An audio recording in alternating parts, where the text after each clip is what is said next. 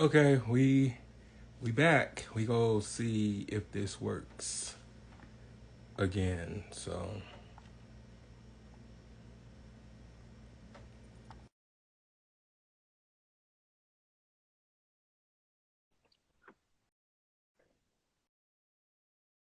Let's be patiently waiting. Okay, there we are. Man, Finally. what was that? I'm like, dude, I turned everything on. Can you hear me? Yeah, I can hear you Okay. fine. Let me get you in my headphones. Let me see. Let me get you in my headphones. Why is it not working? Hold on. Give me one second. All right.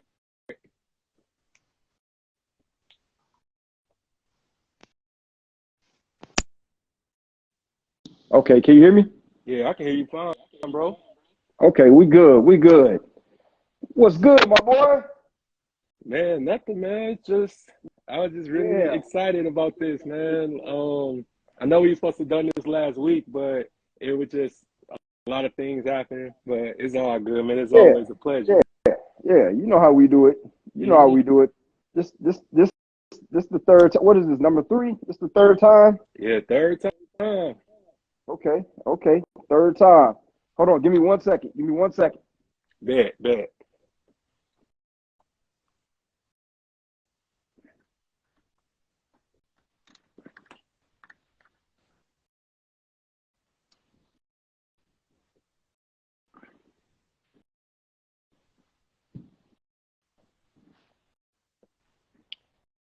All right, let's get to it. Let's get to it. Man, I'm Let me see. Make sure ready. we got a little more light up in here. All right, cool, cool, man. So you man, what episode is this right here? How many episodes you got in? Man, 369, man. Whew, I remember Yeah, I remember the first one. yeah. You was the first person that you was the first person I interviewed, man, and ever since it's Yeah, been on. yeah, I remember the first one, man. First one. Yeah, yeah. I always will appreciate you for that because a lot of people who are on YouTube, man, who have a big following like you do, bro, they don't ever sit back and reach out or try to help somebody else. Yeah, So for true, that, I'm true. forever indebted to you. Oh man, look, we gonna do this. We gonna keep these going always, baby. Always, Always. man. Always. Yeah, man. Man. So what's the first thing you want to talk about? Oh man, whatever, man. What we got for today? I know last time uh we spoke about the Seminoles, spoke about the Gullah War, stuff like that. Hmm. We we can get into what we was talking about uh, um the other day, man. What we was talking about with the uh, uh um what is the show called? Oh, Got, Godfather Harlem. yeah. We can get into that, man. You know, I was speaking on that, man, and I love it. I love it. You know what I'm saying? How it's the way that everything is laid out, right? Somebody asked me a question on one of the posts about the I think somebody mentioned soon that they'll be trying to add in some LGBTQ to the series or whatever. And I told them, I'm like, man, they already did that. Yeah. They did that on season one. They Hmm. did that with with your boy, what they call him, Buster, Yeah, Bust. Big Buster or something Yeah, like Big that. Dick Buster. Yeah, yeah. I'm like, where did they get this dude from? You know what I'm saying? Like, I'm, when when the character first came about, I was for one, I was disappointed. I think I just because of how much I know and how much I've studied Bumpy, when you know there's not a paragraph of literature out there that I have not read on Bumpy. I've literally read everything that there is on Hmm. Bumpy, and like I've said, countless times, that anything that I put out on Bumpy, the family always give me the green light. Always give me the green light. The family love it. The family hates Hoodlum, which Hoodlum is a dope movie. The family hates the series. The series is a dope movie. But you know, the thing is, what I tell people is, don't watch this stuff for historical accuracy. You know what I'm Right. saying? Don't watch it. Watch Harlem's Godfather or Godfather of Harlem, whichever way is pronounced. Watch that with the same way you will watch Power, the same way you will watch, any one of those shows. Watch it like that. Watch it as entertainment, as exactly what it is. You know what I'm saying? Because as far as the historical accuracy, you're not going to get that. I think it's cool to watch some of the it takes you back to that time. You know what I mean? Godfather of Harlem is setting is the '60s, I believe. Yes, the '60s, because it's when he got out the last time.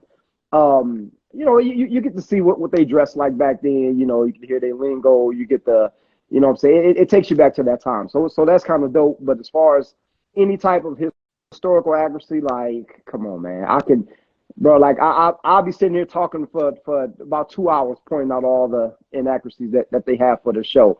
Good show, Yeah.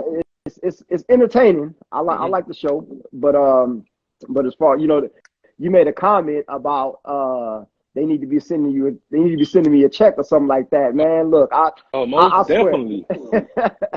I really appreciate my subscribers, man, my followers, anybody who's been with me since the beginning, because they know, you know what I'm saying? I can, they saw it. So I ain't even got to go. I ain't even got to be like, go back, check the dates. I ain't got to do that. A lot of the newer people or people who may question something, they may, you know what I'm saying? They may be like, yeah, right. But y'all know I had information out about a year and some change before this show even existed.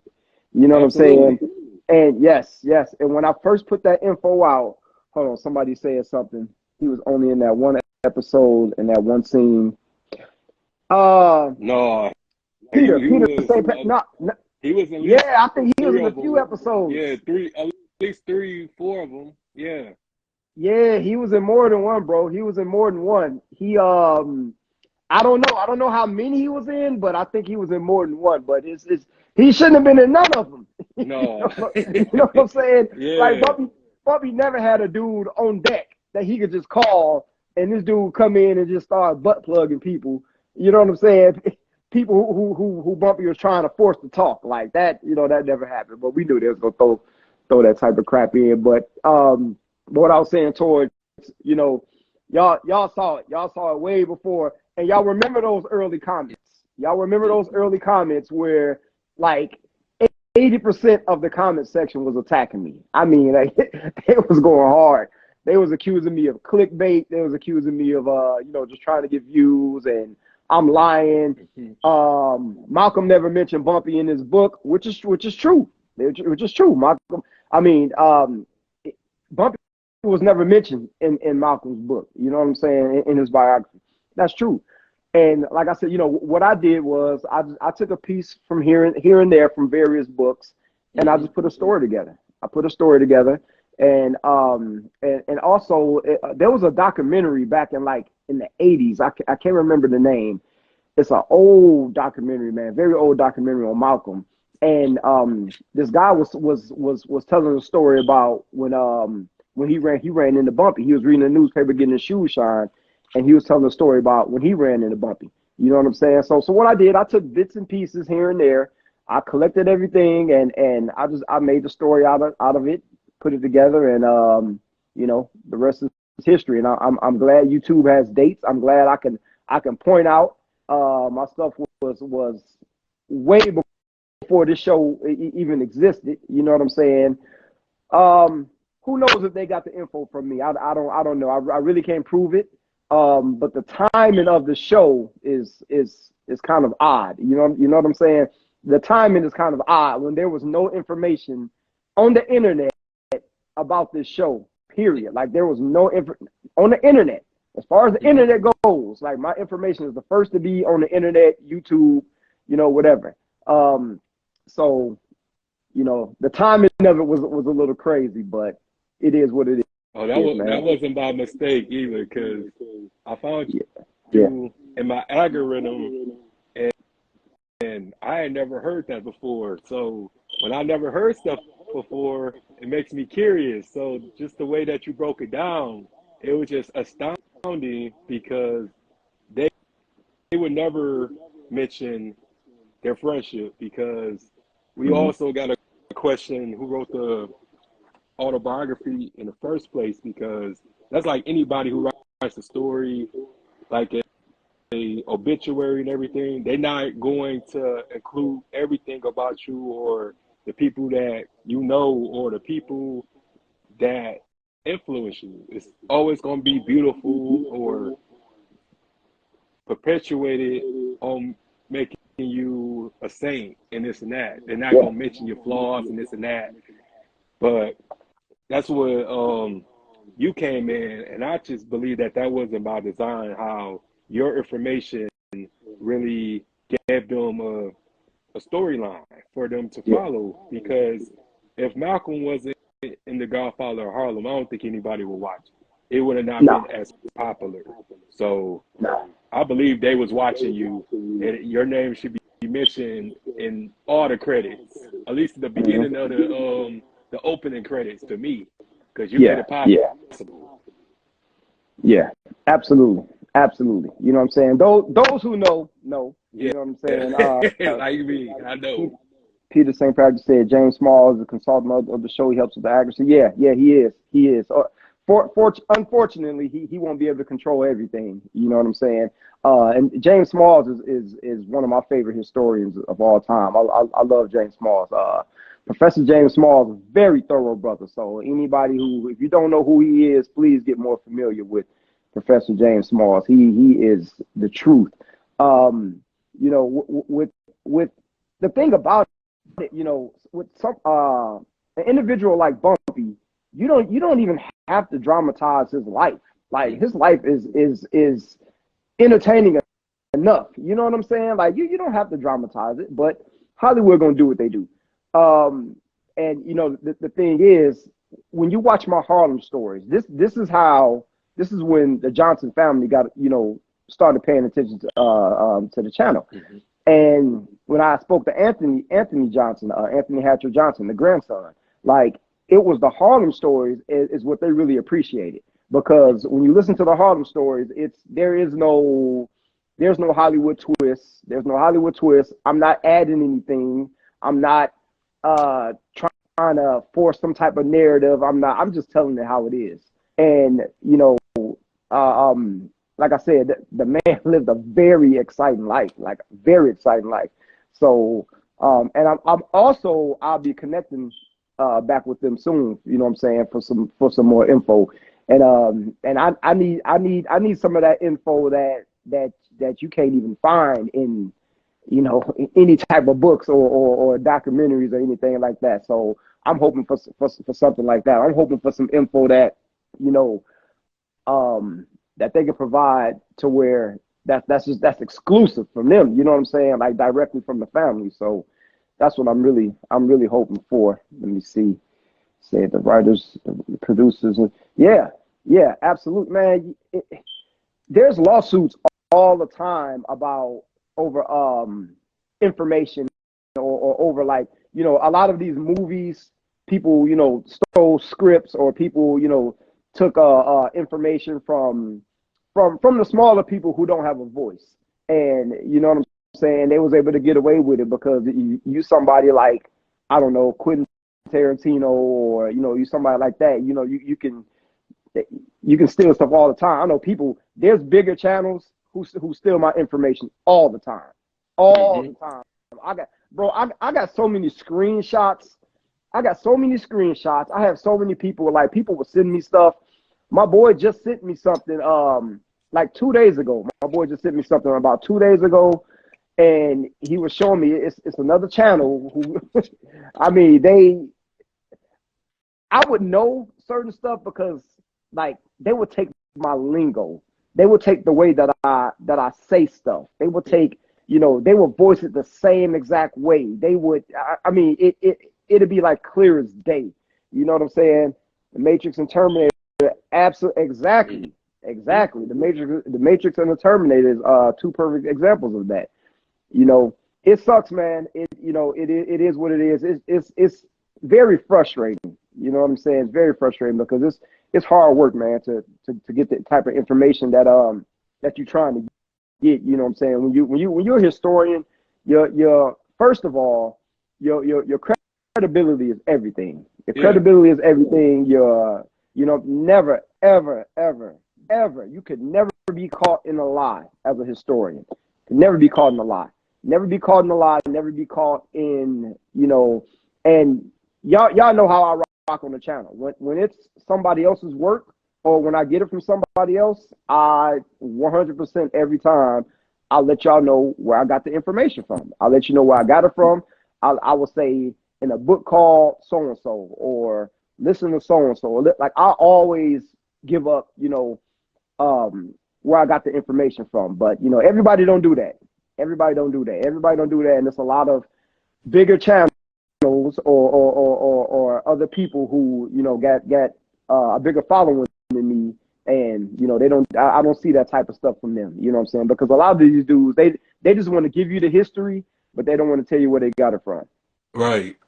And even with me, and it was funny because I did an episode on Anthony Johnson, who was one of the first black slave owners, and they came at me so tough, and I was just like, this is not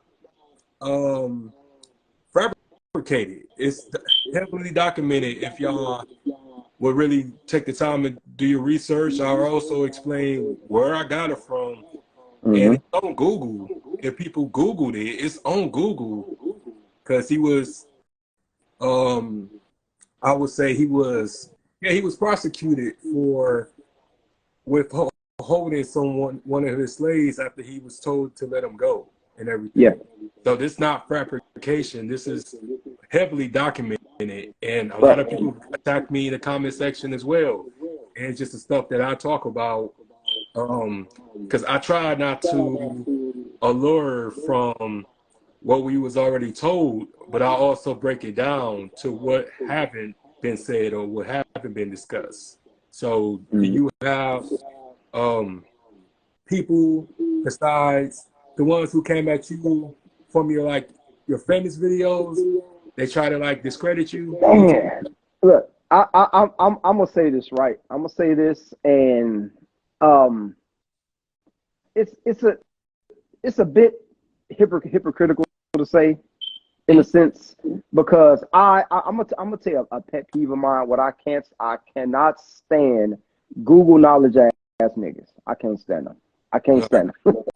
Let me explain. Let me unpack why I say that. Because I will give you a thorough breakdown on something. A thorough breakdown where I'm talking about it was one post a while back ago. It was over Chancellor Williams' book, The Destruction of the Black Civilization. And I was giving a thorough breakdown of the book. You know what I'm saying? I give you a thorough breakdown of a book of 400 or 500 something pages. You know what I'm saying? I mean, something that was in-depth research. And you try to attack me with a 5-second Google search. Like, bro, get out of here, man. Get out of here. I've debunked Google and Wikipedia so many times that even we was just talking about Bumpy, right? Mm-hmm. If you Google some of the people who he was around at that time, I think one of his men, one of his right hand men, Junie Bird. If you look that up, it will say that he's a fictional character. Junie Bird was a real person. Mm-hmm. If you Google Bub Hewlett, you know what I'm saying? I made a video about Bub Hewlett. I think he's on Harlem Stories Part 5. Yeah. Like Bub Hewlett was the Bumpy before Bumpy. He the one taught Bumpy how to be Bumpy. You know what I'm saying? And the man still has living relatives right now. You know what I'm saying? Like his daughter ran the biggest adoption agency in New York. He sent all of his kids to college. That was a real dude. But if you Google him, it says that he's a fictional character. And so what people would do, I give you a whole thorough breakdown on Bub Hewlett, and then you go to a quick Google search. You know what I'm saying? And in a couple of minutes, and then you come back like, well, no, they said, like, come on, man. Like that type of stuff is aggravating. You know what I'm saying? Because Google it's not the end all be all. It's It's not the end all be all. Wikipedia is not the end all be all. It's a good tool for research. It is. I use Google. I use Google every day. It's a good Yeah. tool for research, but you got to go a little further than just Google. You know what I'm saying? You got to go further than that. And in my opinion, bro, with the movie Hoodlum, was they try to make Queenie so scared of those soaps. And from your videos and stuff, the Queenie that you portrayed in your videos didn't take no shit for nobody. Like, she was gutter, she was ruthless and everything. So give us like a breakdown of the real Queenie and the Hoodlum's Queenie for me. First of all, the real Queenie. I wish they would have went a little more. I heard, I don't know where I saw it, but I guess they're supposed to be doing I don't know if it's a movie or a TV series about her. I mean, of course she was in Hoodlum, but they're supposed to be doing like she's supposed to have like her own series, something like that. I don't know. I'll have to double back on that. But Queenie was thorough, man.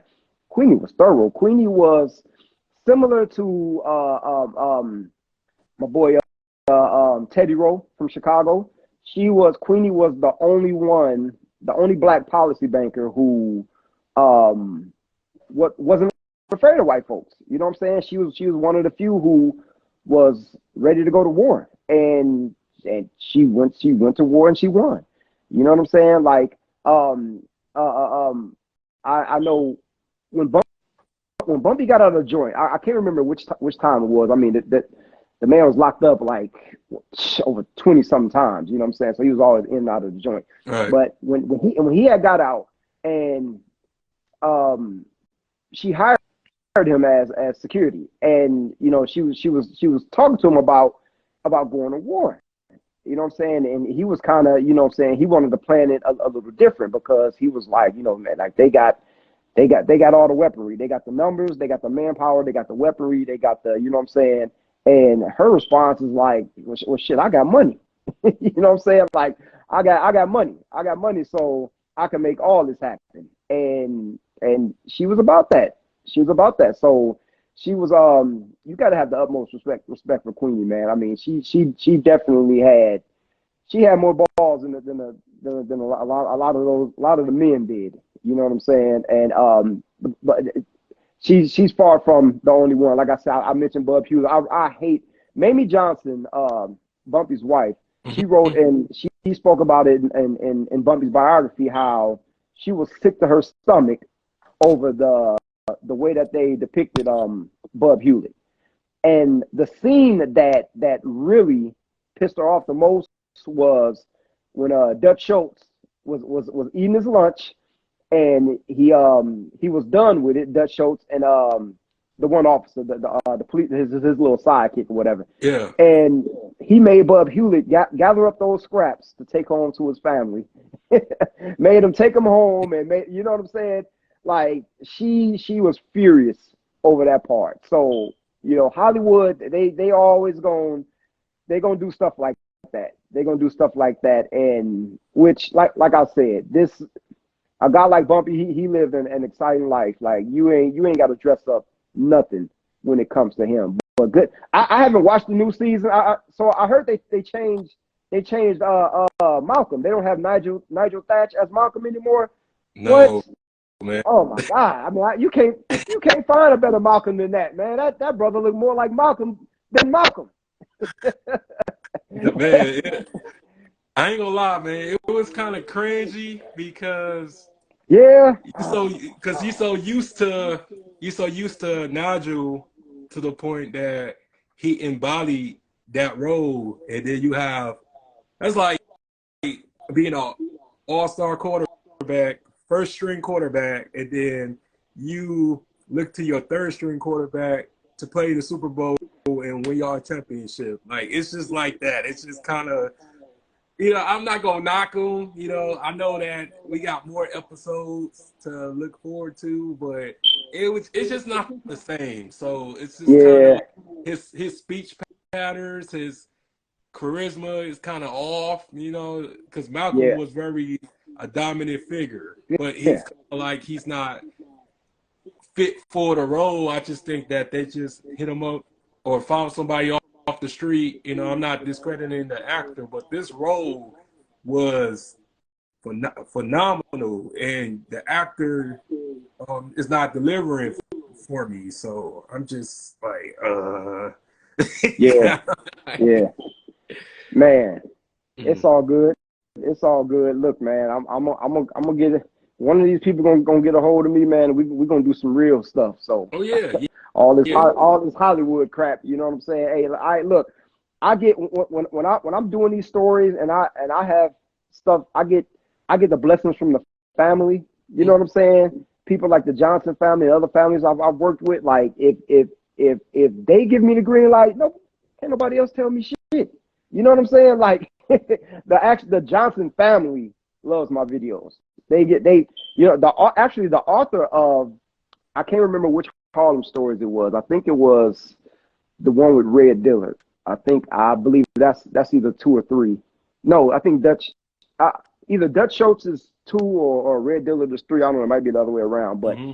she was in the comment section, like she was just in the comment section going off. You know what I'm saying? So like the family, the author of the book, and the author, she sat down directly face to face with Mamie Johnson. You know what I'm saying? For the duration of the book. So getting, earning the respect, from the actual people, it means a lot.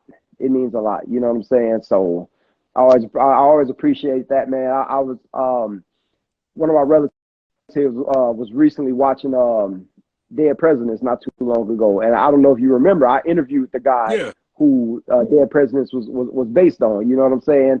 And Hmm. it was crazy how that happened, because he seen my video. He seen it was a quick little like 5 or 6 minute video. It's short, real short. And I was just giving a brief history on the real Anthony Curtis. And Hmm. he saw the video, and he ended up contacting me. And then me and him, we did like a 30-minute interview. So that was pretty dope. That was pretty dope. You know what I'm saying? But I know one thing that we had discussed earlier, and I had discussed on the Facebook history, chase of Facebook, was about OJ. OJ is always the first of all, America can't get enough of OJ. Let's keep it a buck. There's a new there's a new documentary every couple years. There's Hmm. TV shows. It's America has had an obsession with OJ since the jump. You know what I'm saying? And like I was telling you about, it's even like I said this in my video. Even if you ask 10 black people, did OJ do it? About 9 people gonna say yeah. You know what I'm saying? And which is, when you don't know, you don't know. You know what I'm saying?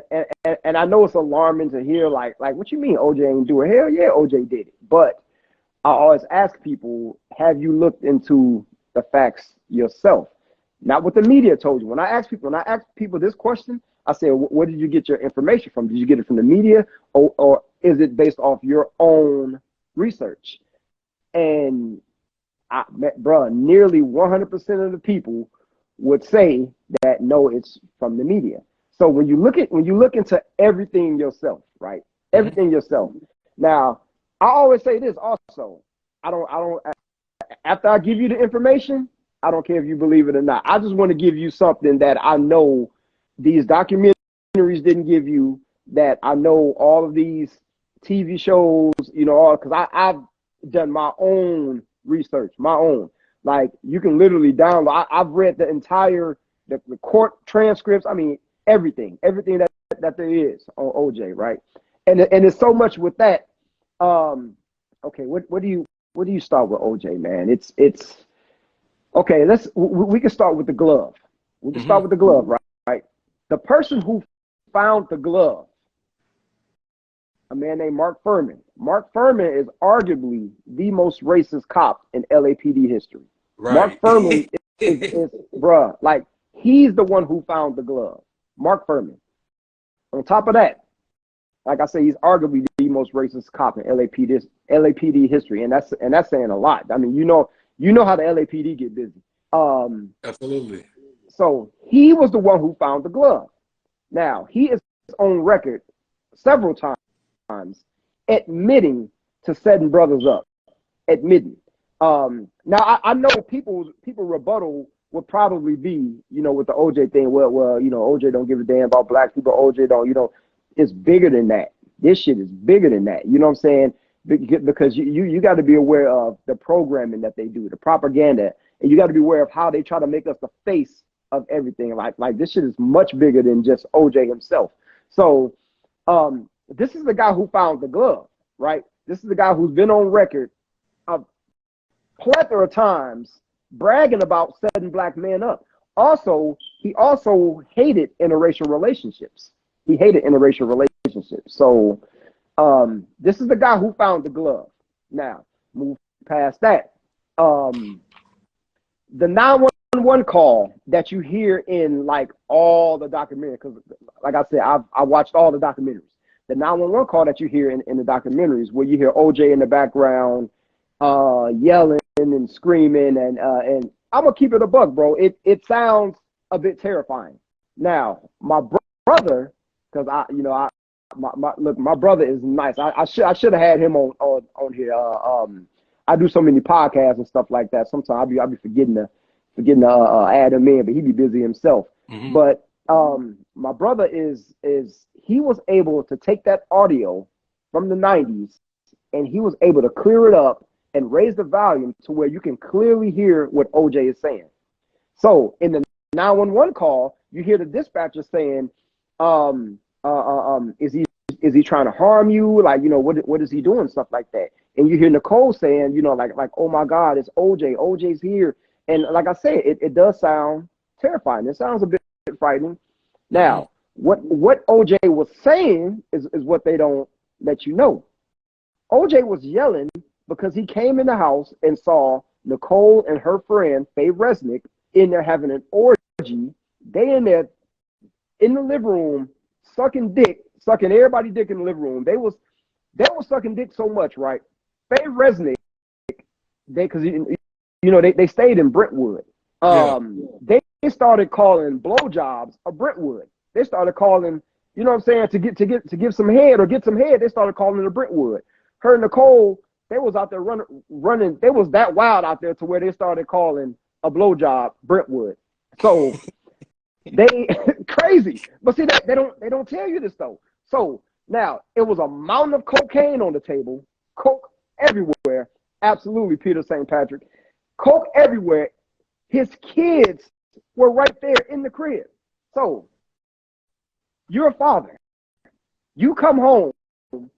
Your kids is right here in the middle of this damn orgy. Everybody coked out of their mind. It's this big ass orgy going on. Cocaine everywhere. You and your friend Faye Resnick. And now Faye Resnick, she put this in her book. What father wouldn't be mad? What father wouldn't be yelling? Name one father who wouldn't be yelling? That's why OJ was yelling. And you can hear him in the background saying something about sucking dick. You can hear him in the background saying something about the kids. You can hear him in the background. Like, you can hear this. When you watch my video, you can clearly hear it. Like I said, my brother was able to fix the audio, and you can hear him say this stuff.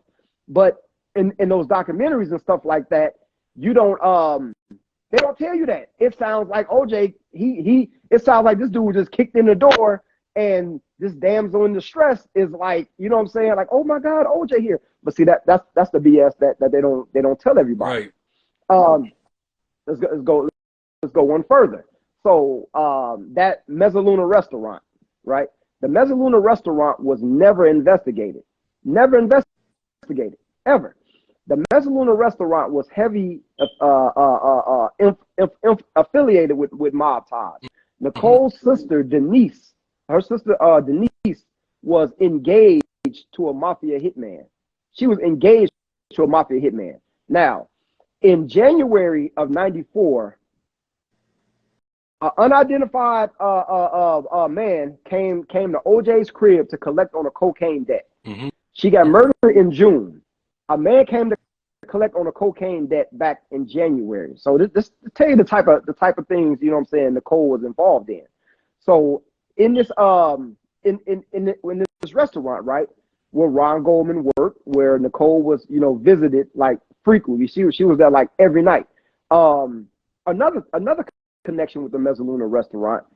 Now this right here is just common sense. So who are your top 4 friends, or your top 4 family members, your closest people or whatever? Like who are your top 4 people? You know what?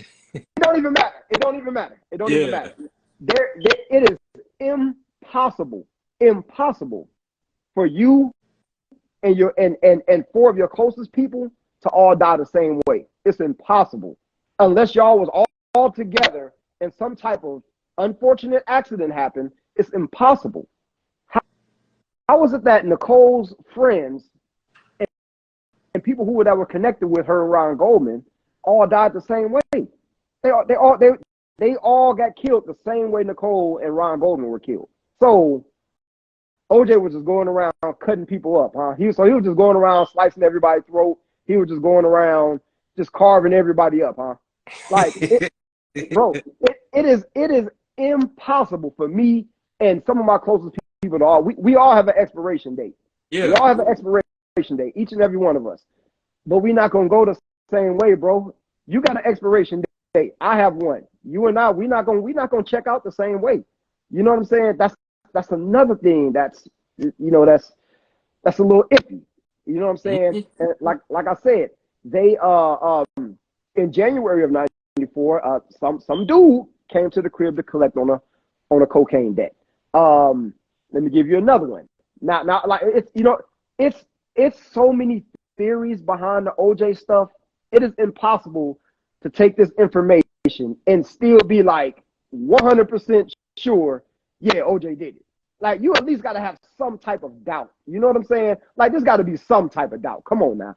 So, and even with this, right, with the murder itself, how did one person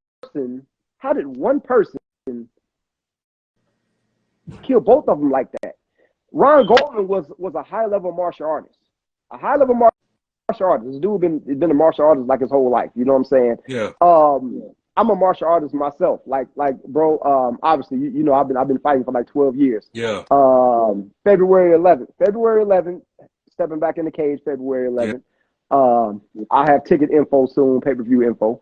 So anyway, one person with a knife, just one person with a knife, I highly doubt if one person with a knife can kill me, bro. Like, the way that he was killed, and if you are successful in killing me with a knife, bro, you're going to have some bruises. You're going to be in one hell of a fight.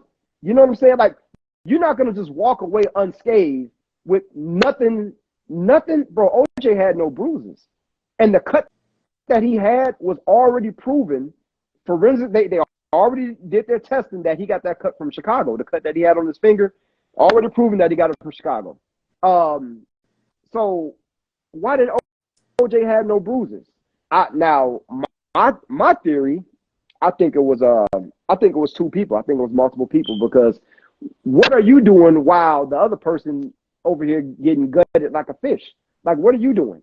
So while one person is being attacked and, you know, sliced up with the knife, like, what is the other person doing? And this man, being a high-level martial artist, like, he nothing. Like, this dude didn't get a bruise or nothing like that. And on top of that, when they did the autopsy and everything, Ron Goldman had defense wounds. So Ron Goldman did fight back. He did fight back. And OJ had no bruises. He had no bruises. And the craziest thing about that is, when you have defense wounds and stuff like that, like, let's say if it was me, if somebody came to attack me, anybody try to kill me, I'm scratching your face, I'm spitting on you, or doing everything. Yes. I'm gonna bite you, so I will have my DNA on you. So it was no DNA of OJ. So Yep. that clearly is a acquittal within Yep. itself. But they wanted to milk it for all it was worth because that was the trial of the century. Yep. Absolutely. Absolutely. And and the theory of the whole thing of I, I really hate the narrative of OJ being this jealous, enraged, angry ex that couldn't have sex with Nicole anymore. They always mention sex and they always mention all this bullshit. What they don't tell you is in 1994, or it could have been 93. I don't know. I don't. If I was doing a video on it, I'll have the right. I'll dot my I's, cross my T's. 93 or 94. Matter of fact, I mentioned this in the video. So whichever one it is, you'll get that correct in the video. 93 or 94. Nicole wrote a letter to OJ begging OJ to take her back. She wrote a letter to him. Mm-hmm. So this whole, you know what I'm saying? So this whole not BS of him being this jealous dude who couldn't get his ex back and couldn't have sex with her and all this nonsense. That's bullshit. She wrote a letter to this man begging him to take her back. On top of that, Marcus Allen, former Oakland Raiders running back, Kansas City Chiefs running back, who was OJ's best friend, he was banging Nicole. But OJ gave him the green light because they were swingers. Mm-hmm. They were swinging with the Kardashians, bro. You know what I'm saying? Some people, I ain't done no research on it, whatever. Some people say Chloe might be his daughter. You know what I'm saying?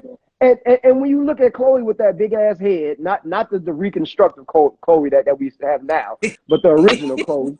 You know what I'm saying? Yeah. You look at her with that big ass head and that that the forehead and everything. Like, nigga, I don't know. She halfway looked like him. So they were swingers. He allowed Marcus Allen to get married on his property. You know what I'm saying? Like I said, when he came in and saw her and Faye Resnick with a mountain of cocaine, having an orgy in front of the kids and all that, he never mentioned, like, he didn't care about anything about sex or her having sex or anything like that. Bro, that's what they were doing. So that, I hate that. I really hate that narrative. You know what I'm saying? Because OJ didn't give a damn. OJ was not pressed over the fact that he couldn't have sex with her, or you know what I'm saying? None of that nonsense.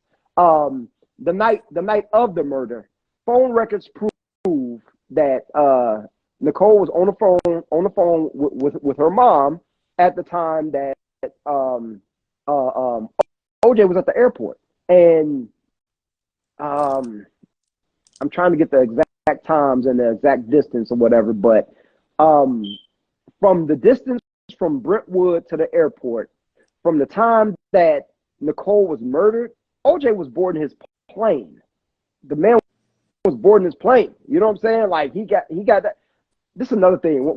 When I give this information to people, I also say, why do you think he got off? Why do you think he beat the case? Mm-hmm. You know what I'm saying? Because everything I'm telling you, like, this is the shit that happened.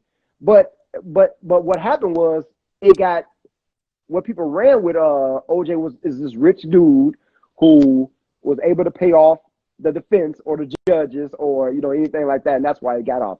No, he got off because he didn't do the shit. That's why he got off. He got off because he was at the airport at the time of the murder. He got off because you know what I'm saying, like the glove. I mean, none of the evidence was strong enough. None of the evidence was strong enough. Another thing, it was what is that? What's that chemical? EDTA or something like that. The blood thinner chemical. The chemical that that they had found. First of all, they ended up losing OJ's blood. Like in a case this big, how do you just lose his blood? They lost his blood. Like, come on, man. They lost his blood samples. And then the blood that they had large amounts of EDTA in it. EDTA, something like that. You know what I'm saying? Which was, if he, first of all, the man would have been dead with the type of amount of chemicals that was in that blood. Right. Another theory, the whole Glenn Rogers stuff, right? Now, Glenn Rogers' brother, his own brother, has publicly went on record and spoke about the night that Glenn Rogers first saw Nicole Simpson. Now Glenn Rogers was a serial killer. For the people who don't know who Glenn Rogers is, he was a serial killer who killed over 70 women. This dude, that's what he did. He killed women. On top of him killing all these women, his weapon of choice was a knife. So the first night that he ever saw Nicole Simpson, ever, he called his brother and he said, guess who's here? His brother, like, who? Nicole Simpson. And his brother's like, who the hell is Nicole Simpson? He said, she's the wife of OJ. His brother didn't know who the hell OJ was. And so Glenn Rogers said, that I'm a follower. She's well off with a lot of money. I'm robbing her and I'm poking her tonight. I'm sticking her. Like, this is literally what he told his brother. So 2 weeks before Nicole's murder, he started stalking Nicole. He started stalking her, following her. And I think what happened, I do think it was Glenn Rogers. I think Glenn Rogers had help, and I don't think Glenn Rogers was the only one. I think his brother was probably in on it, and he tried to distance himself from it. Yeah, I think what happened was, I think he ran up on him, and I don't think they meant to kill Ron Goldman. I think Ron Goldman it just happened to be the wrong place for the wrong time. Yeah. But now the day of the murder, there was a white pickup truck parked outside of Nicole's house that they saw earlier during that day, like 4 p.m. or something like that. It was a white pickup truck that was out there. Glenn Rogers drove a white pickup truck. On top of that, Glenn Rogers, he was a painter. Now, after the murder had happened, right? Like I just mentioned, he was a painter. Why did this dude dedicate a painting to Nicole Simpson and Ron Goldman? Why he was in the penitentiary, he dedicated a painting. And so this dude never said anything about OJ, right?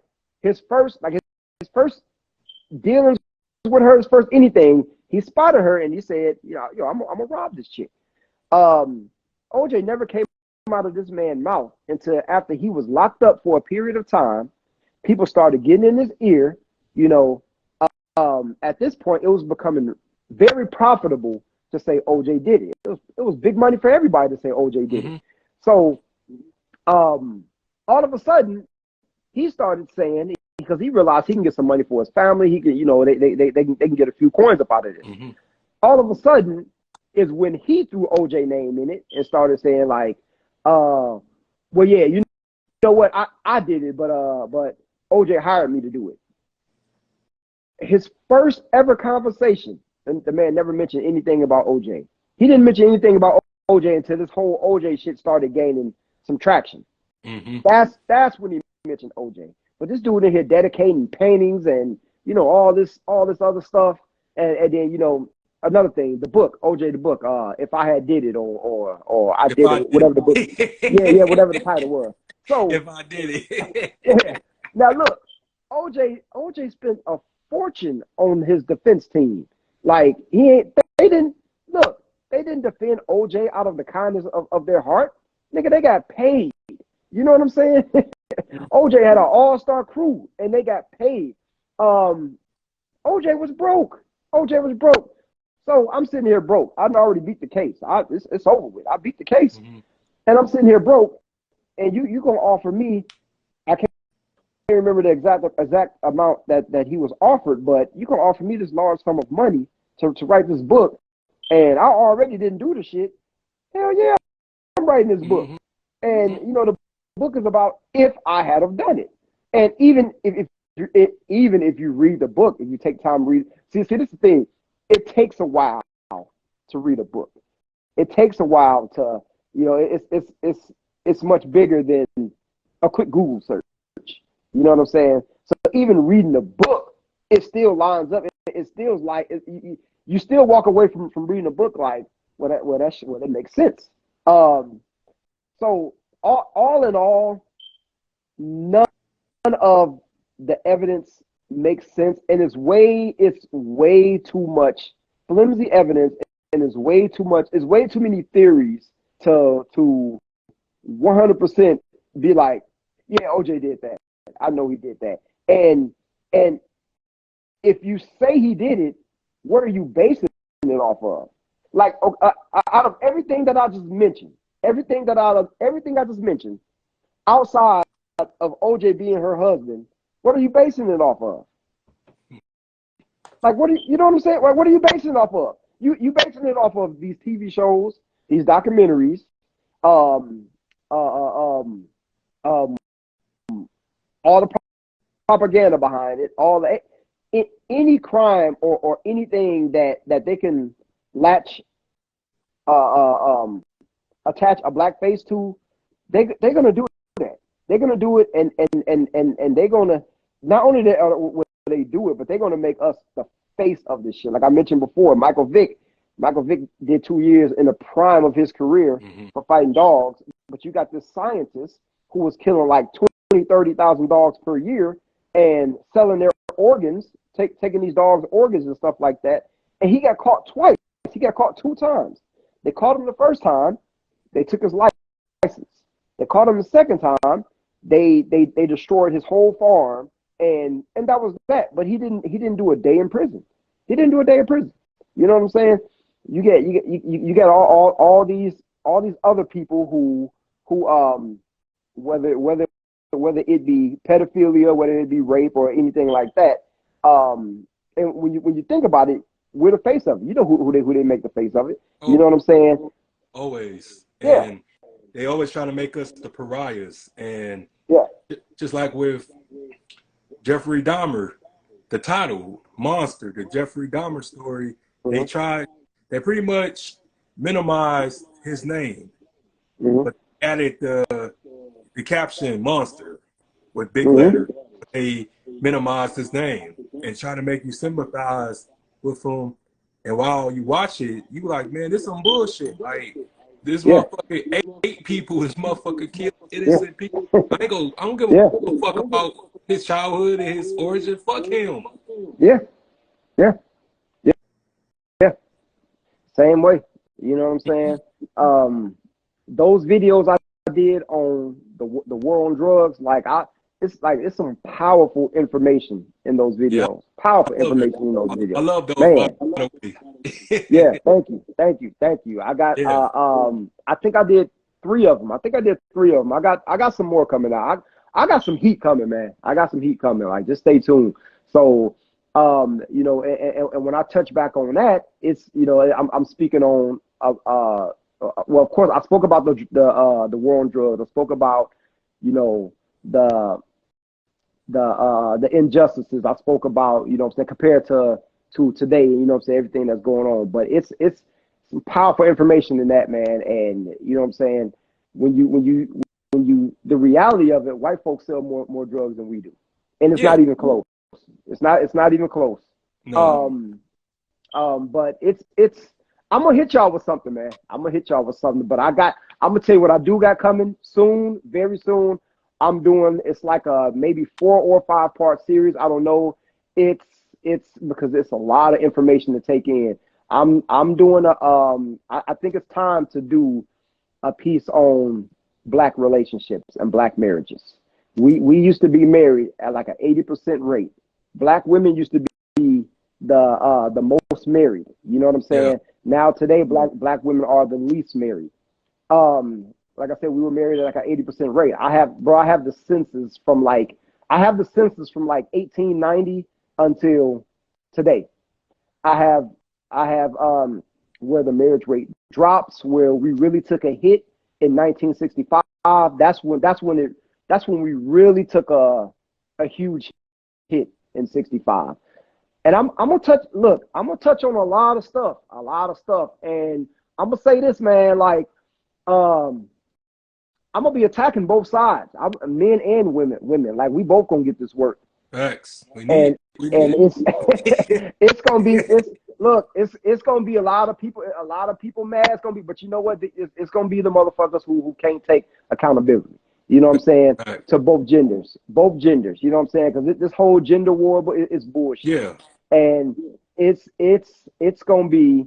Can you touch on Frank Matthews? I plan on doing something on Frank Matthews. I already actually started something on Frank Matthews. You know what I'm saying? That's when the Wick and Gov look. She already on point. She already on point. But I look. You're right. That's when when Lyndon B. Johnson, when the Great Society came in and stuff like that. And in 1965, when the Moynihan report. So you're already on point. You're already on point. But it's gonna be some powerful information. I'll tell you that. I would say I think around Valentine's Day is the perfect time to release some of it. My brother, who's the editor, again, I always got to shout out my brother. I do all the reading and the research. I come up with a story. I send the audio to him.